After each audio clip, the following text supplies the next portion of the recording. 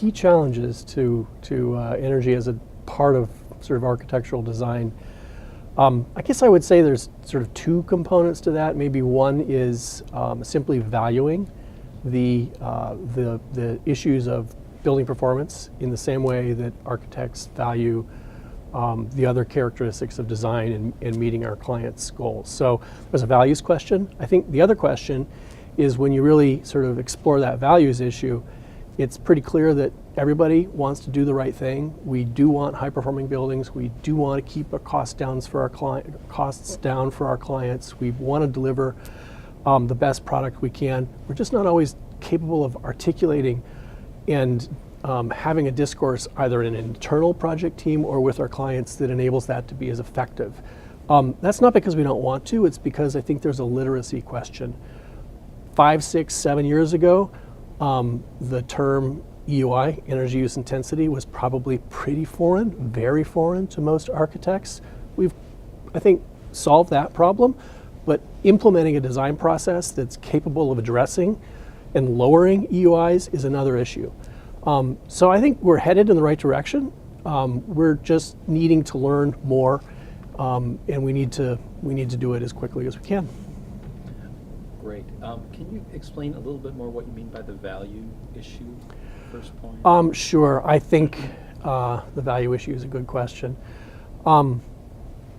Architects deliver projects that are sort of meeting our clients' demands every day. That's what we do. For the most part, I think those have been things like quality of space, meeting the program, meeting the schedule, meeting the budget, meeting the demands of the project delivery process.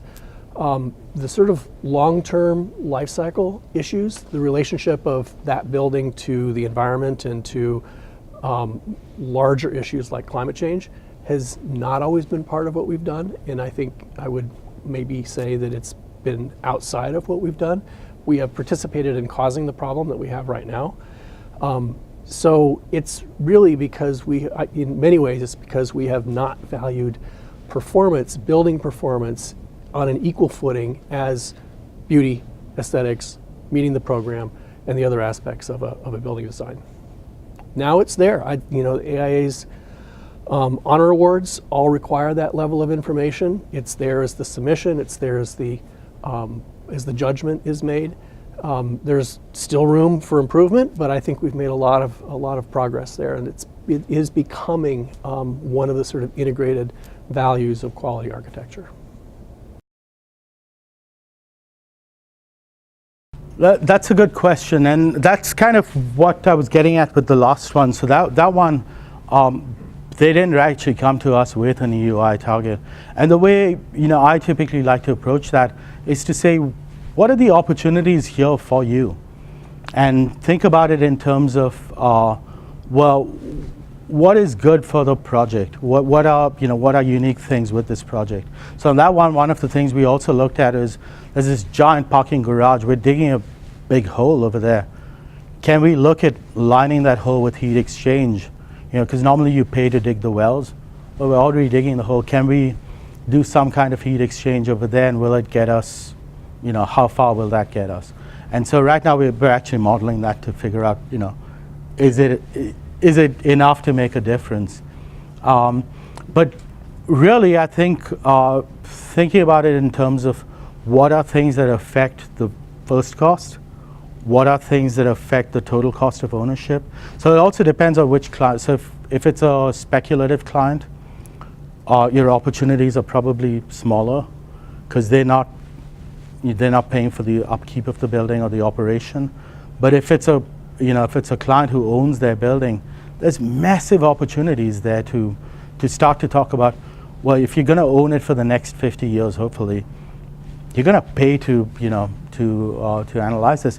The other thing that we make I think it's a mistake, is we look at payback, but we actually don't factor in escalation of fuel costs very often. And if you look at what we were paying for electricity 10 years ago to what we're paying now, massive difference in a lot of, most of the country. And so understanding that, I think, is important. Natural gas is all over the place, so I won't even go there. But electricity is actually pretty steady. So, I mean, it really depends. I think part of that is actually finding out what the key drivers are for your client. You know, what are their, you know, push point issues? Well, you know, it's kind of institutional acupuncture is what RMI, the Rocky Mountain Institute, calls it. And I think that's a really good phrase. It's like, what are the key pressure points that you're looking to target? I think one of the biggest challenges is really trying to figure out what the driver is for decision making with the client. So in order to get those answers, you have to ask the right questions. And it's a lot of questions to ask to really get down to what's important to them, so that you can sell these different energy efficiency or sustainability initiatives to them in a way that makes sense to them and makes sense to their core business.